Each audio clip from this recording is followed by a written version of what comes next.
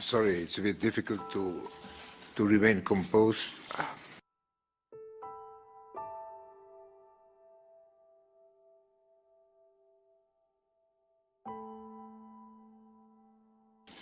This is a very sad day.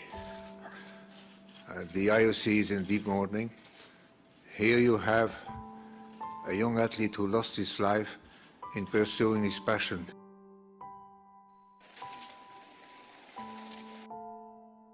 He had a dream to participate in the Olympic Games. He trained hard, and he had this fatal accident.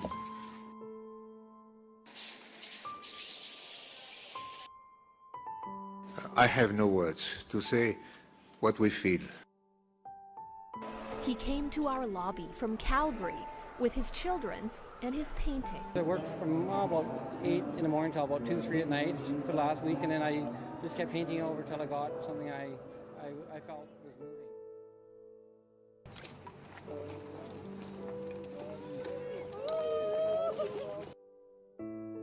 A moving portrait of Nodar Kumartashvili, the Georgian luger who died during a training run at Whistler.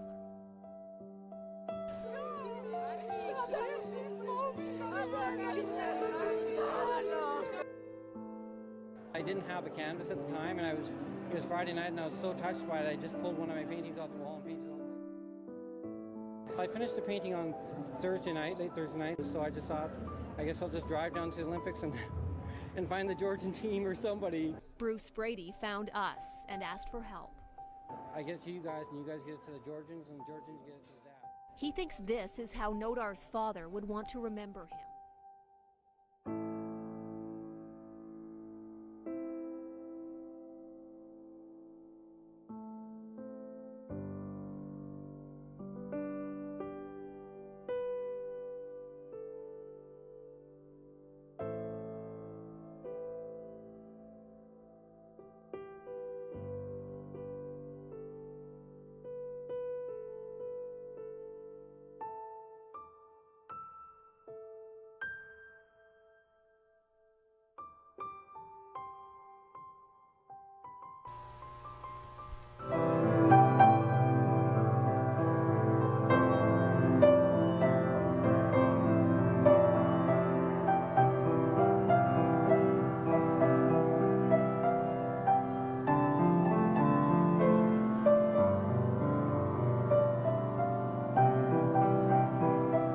Within each of us exist unique abilities and talents that can add to our enjoyment of life and contribute to the well-being of those around us. It simply becomes a matter of finding and cultivating those gifts within. Life is a journey of continuous growth and self-discovery, and involvement in the arts allows a person to express themselves on a very personal basis. God, I can't believe you're real. I can't believe the way you move. Drawing and painting offer me the opportunity to create light, shadow, perspective, space, and color in a single composition. Sculpting allows me to mold a three-dimensional form. Music and writing allows me to express emotions and arrangement of prose and sound, and film allows me to combine these mediums into a larger-than-life format. I was born in Banff National Park and raised in Waterton, and my childhood was spent wandering the wilds of the Canadian wilderness with the camera and art materials in hand.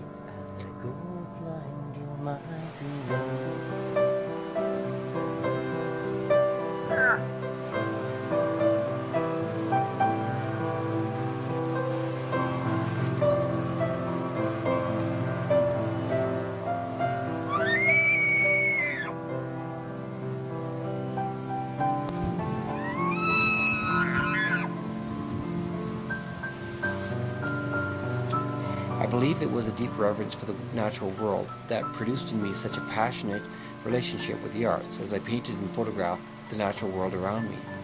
And it would often bring to mind the words of Henry David Thoreau, who once said, "It's the marriage of the soul with nature that makes the intellect fruitful and gives birth to imagination."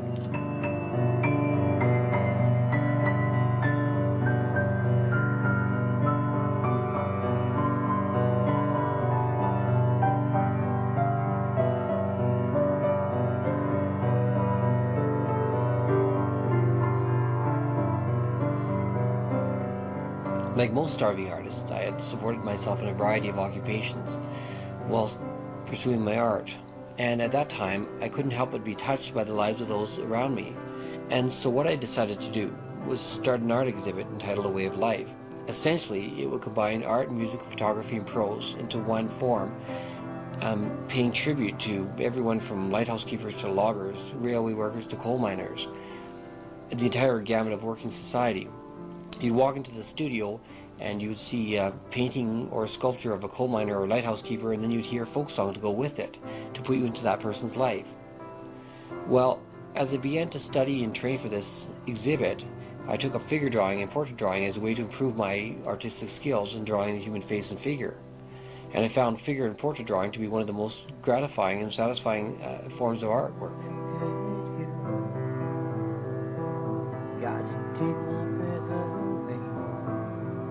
The more I studied, the more I began to understand what an impact figurative and portrait work had on the world of art. For centuries, the beauty of the human form has captivated artists. Leonardo da Vinci, Michelangelo, Raphael, Rembrandt, Botticelli, Modigliani, Rodin, to name just a few, have each added their contribution to the world of figurative and portrait art.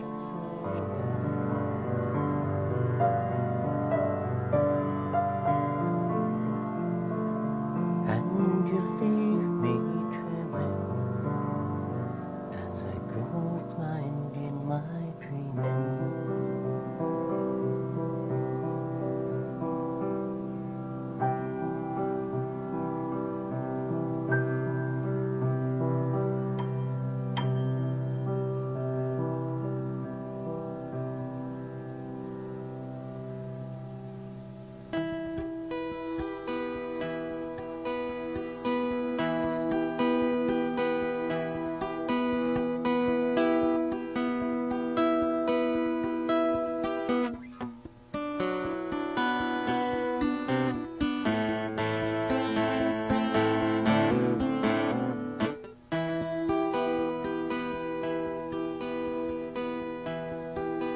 Now when I have time available, I teach this form of art to those interested in taking up the challenge. My goal is to make the process as simple and as rewarding as possible to the students. Why have artists been eternally interested in drawing, painting, sculpting, and photographing the human figure? Perhaps it's like looking in a mirror, for from the human standpoint, the human form is the epitome of beauty in the natural world around us. Most communities have either figure drawing classes or a group of artists who meet together once a week and hire a model to do figure drawing. Each throws in a few dollars a session and the artists arrange themselves around the model. Public libraries, private studios, or other buildings hold rooms where artists can get together regularly to draw. Figure and portrait drawing does not require any special tools or training. It simply requires a desire to want to create and a basic understanding of how to portray on paper what your eye already sees. The range of male and female models varies as there is a unique beauty found in each person. Choosing a model becomes a matter of personal taste, and posing a model simply becomes a process of accentuating the beauty of the lines and the way the light and shadow falls on that person's particular form. The materials needed are as simple or as complex as you want them to be. A charcoal pencil, which costs about $1.50, a gum eraser, and say an 18 by 24 pad of newsprint, which you can purchase for $10, will easily suffice. Or you can even switch off and use a white pencil and colored paper for a different effect. Drawing begins with simple lines. Contour suggests a continuous line. Gesture drawing suggests rapid movements of line, and sketching falls somewhere in the middle. Your form of drawing is what makes you unique. It's like the way a musician plays an instrument.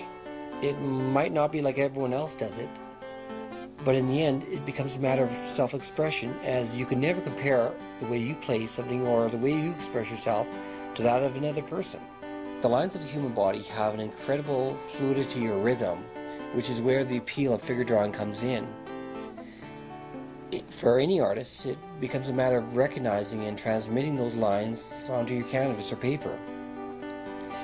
It's like individual notes of music which you can compose to create a masterpiece of music. Your lines can be given proportion and dimension, and thus artists have for centuries used a scale of sorts to measure the proportions of a subject on their canvas. On the face, you divide it vertically into four. chin to nose, nose to eyebrow, eyebrow to hairline, hairline to top of hair. Then horizontally into 5, being the width of one eye. You start with the outside edge of your ear to the corner of one eye. Then from the corner of that eye to the next corner of the same eye. Then from the corner of that eye over across the nose to the next corner of the eye. Again from that corner of that eye to the outside corner of the eye, and then from the corner of that eye again to the outside edge of the ear. Now your other measurements include the center of your eye down to the corner of your mouth, and the corner of your eye to the edge of your nose. In doing so, you quickly begin to see the distinctive qualities that make your subject unique from others. In other words, every person's face falls somewhere into that area, but is distinct in that it sort of deviates a bit. On the body, you simply divide it in half at the waist, then again at the knees and the center of the chest. Then again you divide each of those pieces in half so you get 8 equal segments. Oftentimes artists will just make 8 simple marks on a page, and that will be the width of one head, or the body being 8 heads high. Now width-wise, they'll take 2 to 2.5 heads to get the proper width of the body. Your subject also has weight and balance, which can be conveyed in your drawings. That is the place where the center of gravity falls, so the subject can stand and support it. Have you ever watched a subject placing all their weight on one leg or on an arm? That gives you an idea of where the gravity or center of balance flows through a person to support their weight. Now in drawing from a live model, a fact remains they can simply not stand there forever. That creates some difficulties for most artists, as the body and head both require equal attention. Faces are naturally harder to do, and it can take hours to produce a good portrait. So sometimes you have to compromise in a live setting to get a satisfactory work without demanding too much from yourself or from the model. If you need to, ask the model if you can snap a few photos to work off later, or arrange to do the drawing in a series of seatings so they can rest and go back to the same pose. But before stopping, ensure you have put some type of marks on the floor so you can properly reposition the models again. Now when you begin placing your proportions on the page, don't be afraid. You can go back and erase what you need to later on. In these figure drawings, I chose to do them within the space of about a half an hour or so. So I sacrificed some of the portrait qualities in the face and figure to spare the model and finish the work in one quick setting. But if you're working from photos later on, or you're working from a number of settings, then again, you don't be afraid to take your time to place the proportions properly, because that's where the importance of your work begins. While working in my studio, I've often reflected on Einstein's theory of time-space continuum as an infinite eternity where each of us is simply a moment in the scheme of things. Yet somehow in that reality, each of us has been given the opportunity to live, and in turn do something with that gift of life. Life's ever changing, ever challenging, so self-belief becomes one of the most important lessons we can learn, because we can either become overwhelmed by the challenges of life and choose to sit on the sidelines watching, or we can face life head on, creating new opportunities and challenges for ourselves. Really, if you consider it in that sense, the universe is only as big as our minds, for we alone decide how far that expanse will take us. One of the poems that has had a great impact on my life is The Road Not Taken by Robert Frost. I finally decided to sit down and write a song based on it. Two roads diverged in a yellow wood, and I in contemplation between them stood, wondering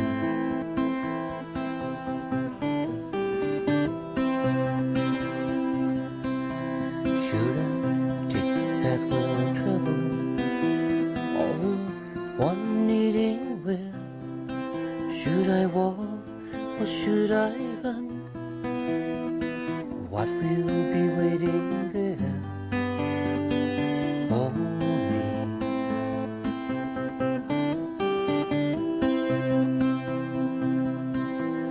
But I'll bide my time to make my mind I can choose my course wisely forever. When it's the way, with each passing day, I fear I won't return to take the other trail.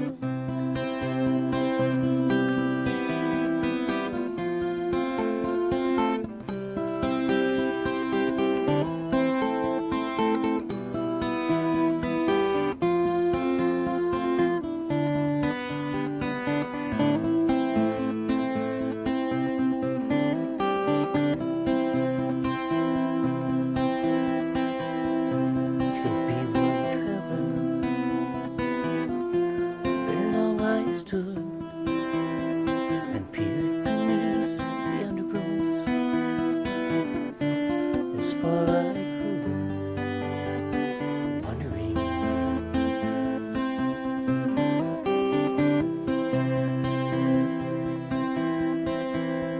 am I chasing my future, or am I chased ahead by my past? Is the uncertainty of what I can see holding me back, wondering.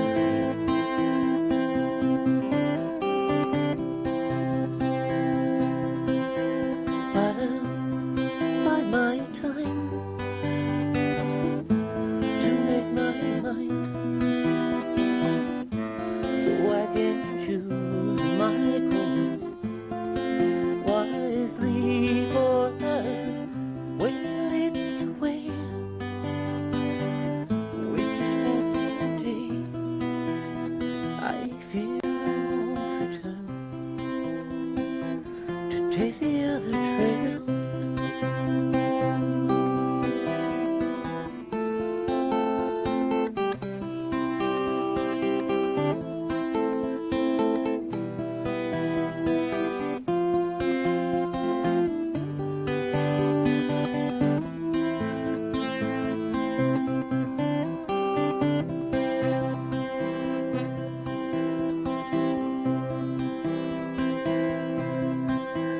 So I chose the path where I travel, because it wanted where, though I breathed a sigh, for I knew I could not come back to take the other.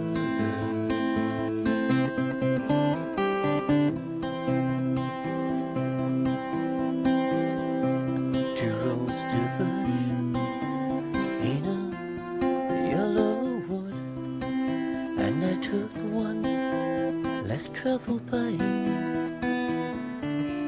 that has made all the difference in my life.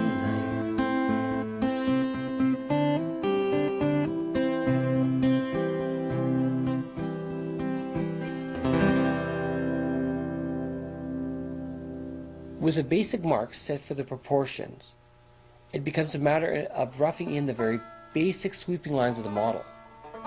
It's these lines that are so incredibly important, because they are what makes the form so beautiful. They are intricately complex, yet divinely simple.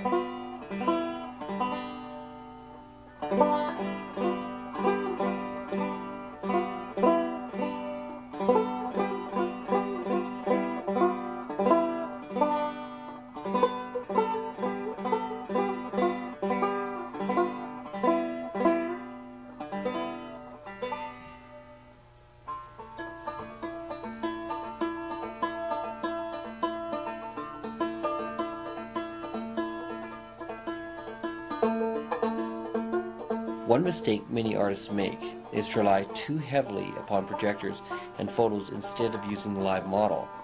Now, it wasn't until I started shooting fashion photography that I began to see the perspective distortion the camera creates. Most artists, unaware of this fact, will simply copy that improper distortion onto their canvas without correcting it. I cannot emphasize enough that nothing replaces working from a live model to train the human eye to perceive proper proportion.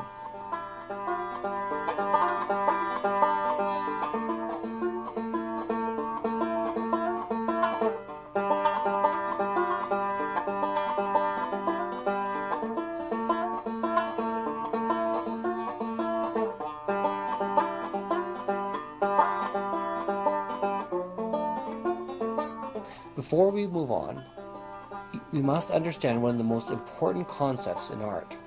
Leonardo da Vinci began the process of recognizing and separating the values of light falling on a subject. He knew that light and dark could be imitated using variations of color or pencil strength to create the illusion of three-dimensional form. Kept to simple arrangements called tonal pattern, it begins with the artist deciding where a light source comes from and the type of light it will be. Example: bright sunlight, overcast, diffuse light, bright lamplight in a dark room, etc. A composition falls into either high, medium, or low key. Compare the light and cast shadows on a bright day to an overcast day. The intensity of both the light and the cast shadows is considerably different. The simplest way to understand this process is to take a look at light falling on this white sphere. You can easily recognize the highlights, the halftones, the shadows, the reflected light, and the cast shadows. The light hits the sphere here and produces a highlight or full intensity. Then as it rounds the sphere, that intensity is dropped to a halftone. Then as the light passes the edge of the sphere but can no longer bend around, a shadow is produced. The form of the sphere then creates a cast shadow. But notice this band of intense shadow produced here? I call that the passage tone. For what happens is light is reflected back into the shadow here, leaving only a band of what the true intensity of the shadow would look like had there been no reflected light. Once you understand that principle, the sky's the limit in your artwork. But it is important to remember that all your highlights, reflected light, shadows, and cast shadows must retain the same intensity throughout the composition, or the drawing becomes muddy. Now, in the drawing, you begin to separate and roughen your halftones and your highlights. Identify your lightest areas first, called the highlights, as they are not to be touched with pencil. If you have some pencil in them, you can pull it out later with a gum eraser. The artist then shadows everything else in the halftone, which are half of the highlights. Shadow is done next, which means you step in and intensify the halftones to shadow, but care must be taken to consider the reflected light, which is slightly lighter than the shadow. So what you can do is actually lay in the reflected light first, so you don't have to go back in with the gum eraser and take it down later. Now you add your passage tone, or the area that would be the actual value of the shadow without the reflected light. This band of shadow adds the most punch to your drawing. Cast shadows are then laid in last and simply follow the form. Again, remember to keep each of the values of light and shadow in the same intensity. Now sometimes what I do is between the area of reflected light and where the cast shadow begins, I put a little teeny bit of extra intensity just to give the cast shadow a bit of punch. But generally speaking, cast shadows do not have any variation of tone. Again, it's important to understand that the beauty of figure drawing lies in the fact that every time you try it, you'll see improvement in your work, and that'll encourage you to keep going to try it again. Wouldn't it be wonderful to be able to put the secrets of life into one easy catchphrase? I think the greatest lesson a person can learn in life is to appreciate every moment you live and accept who you are as an individual and not in comparison with anyone else. Eleanor Roosevelt once said, "The future belongs to those who believe in the beauty of their dreams." I hope that one day my children and future generations will see the beauty of my dreams and the good of my heart and be proud of me. That's all I could ever want.